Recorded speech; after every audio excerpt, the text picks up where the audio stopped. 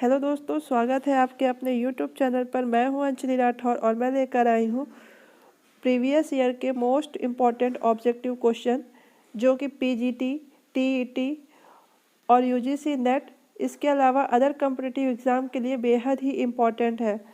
Video start करने से पहले दोस्तों, अगर आपने मेरे चैनल को अभी तक सब्सक्राइब नहीं किया है तो चैनल को सब्सक्राइब कर लीजिए। बेल आइकन जरूर प्रेस करिए ताकि आने वाले वीडियो की नोटिफिकेशन आपको मिल सके। चलिए चलते हैं क्वेश्चंस की तरफ। क्वेश्चन नंबर फर्स्ट, सौंदर्य शास्त्र के अनुसार भाव होते हैं। Option A 5, option B 8, option C 9, option D 12। दोस्तों इसका राइट आंसर है ऑप्शन सी 9। सौंदर्य शास्त्र के अनुसार 9 भाव होते हैं। दोस्तों स्थायी भावों की संख्या भारत ने 8 मानी है, जिसमें कि रति अर्थात श्रृंगार, हास अर्थात कि हास्य, शोक अर्थात करुण, उत्साह अर्थात वीर, क्रोध अर्थात रौद्र, भय अर्थात भयानक, जुगुप्सा अर्थात विभत्स, विस्मय अर्थात अद्भुत। इन 8 भावों के आधार पर ही 8 रस माने जाते हैं, परंतु परवर्ती आचार्यों ने 9वां स्थायी भाव निर्वेद माना है तथा उससे संबंधित 9 शांत रसों की स्थापना की है। नेक्स्ट क्वेश्चन की तरफ हम आगे चलते हैं। क्वेश्चन नंबर सेकंड, रस का अर्थ है। ऑप्शन ए अच्छी कलाकृति, ऑप्शन बी कलाकृति में प्रदर्शित भाव, ऑप्शन सी कलाकृति का विषय, ऑप्शन डी दर्शक के मन में उत्पन्न आनंद की अनुभूति।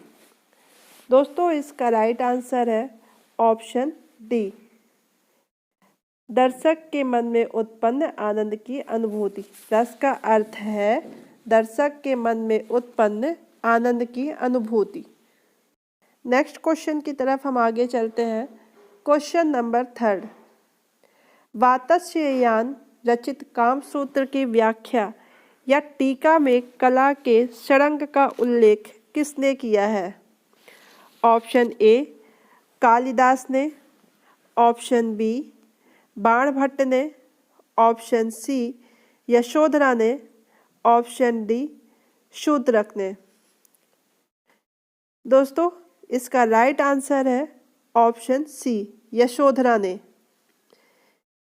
वात्स्ययान रचित कामसूत्र की व्याख्या या टीका में कला के षडंग का उल्लेख यशोधरा ने किया है। दोस्तों जयपुर के राजा जय सिंह प्रथम की सभा के विख्यात विद्वान राजपुरोहित पंडित यशोधरा ने 11वीं शताब्दी कामसूत्र की टीका जय मंगला नाम से प्रस्तुत की।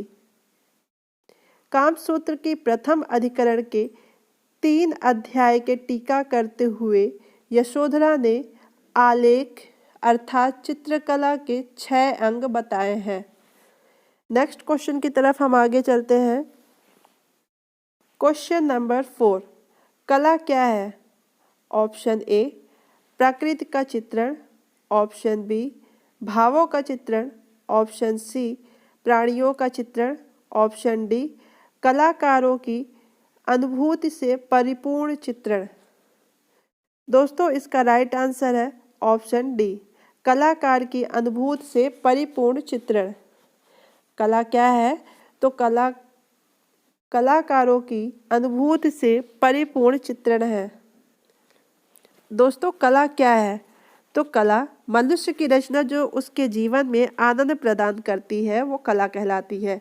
इस प्रकार से व्यापक दृष्टि से विचार करके देखा जाए तो धर्म, दर्शन, साहित्य साधना, राष्ट्र और समाज की व्यवस्था, व्यक्तिक जीवन के नियम, आस्था, कला, शिल्प, स्थापत्य, संगीत, नृत्य और सौंदर्य रचना के अनेक विधान तथा उपकरण आदि ये सब मानव संस्कृति के अंतर्गत आ जाते हैं। नेक्स्ट क्वेश्चन की तरफ हम आगे चलते हैं। क्वेश्चन नंबर 5, इनमें से कौन असंबद्ध है? ऑप्शन ए रूप, ऑप्शन बी भाव, ऑप्शन सी वर्ण, ऑप्शन डी चित्रकार। दोस्तों इसका राइट आंसर है ऑप्शन डी चित्रकार। दोस्तों रेखा, आकृति, आकृति अर्थात रूप, वर्ण अर्थात रंग, ताल, वमन, वमन को पोत भी बोला जाता है, और अंतराल नामक कला के मुख्यतः 6 तत्व होते हैं और इसमें से चित्रकार जो कि बिल्कुल अलग है। अब हम नेक्स्ट क्वेश्चन की तरफ आगे चलते हैं। क्वेश्चन नंबर 6, विष्णु धर्मोत्तर किससे संबंधित है? ऑप्शन ए चित्रकला, ऑप्शन बी मूर्तिकला, ऑप्शन सी नाटक, ऑप्शन डी चित्रकला और मूर्तिकला दोनों से संबंधित है।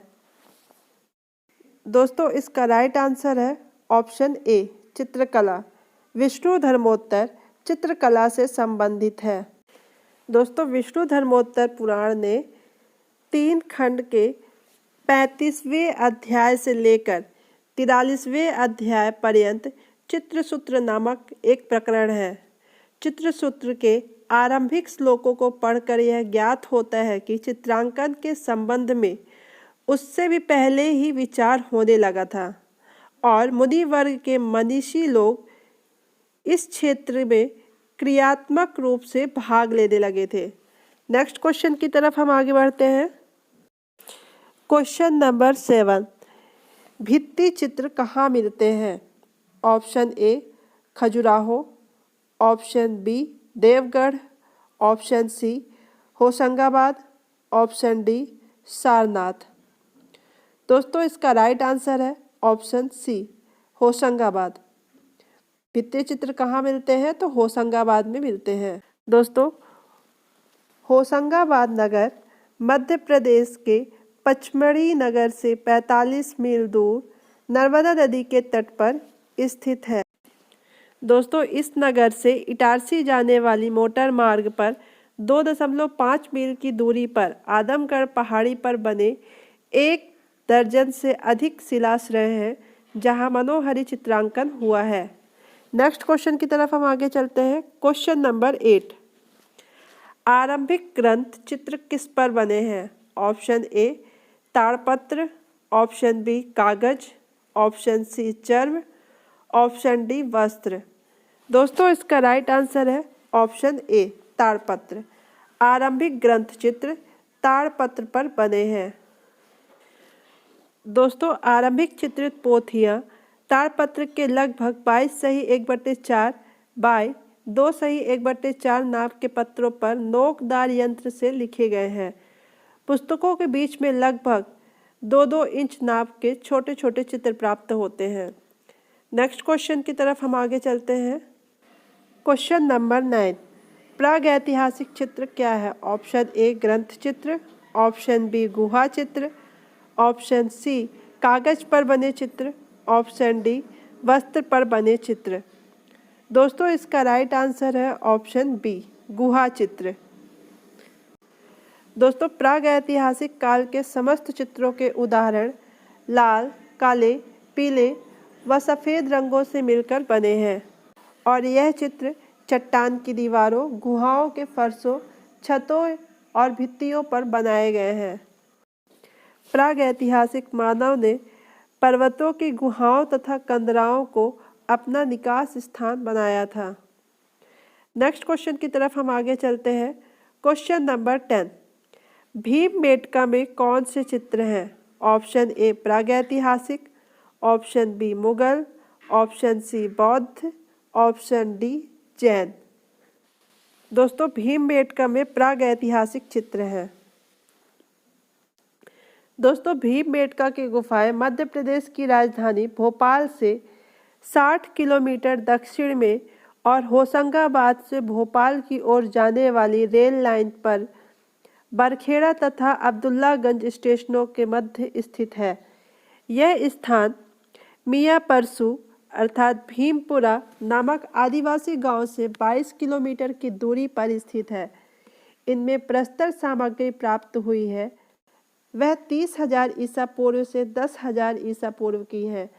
इस पहाड़ी पर लगभग 600 प्राचीन गुफाएं प्राप्त हुई हैं। यहाँ एक विशिष्ट चित्र संसार रचा गया है। ऐसा विस्मयपूर्ण प्रागैतिहासिक चित्रशालाएं अन्यत्र नहीं मिलती हैं। तो दोस्तों आज के लिए सिर्फ इतना ही। नेक्स्ट वीडियो में हम नए क्वेश्चंस के साथ फिर मिलेंगे। तब तक के लिए धन्यवाद।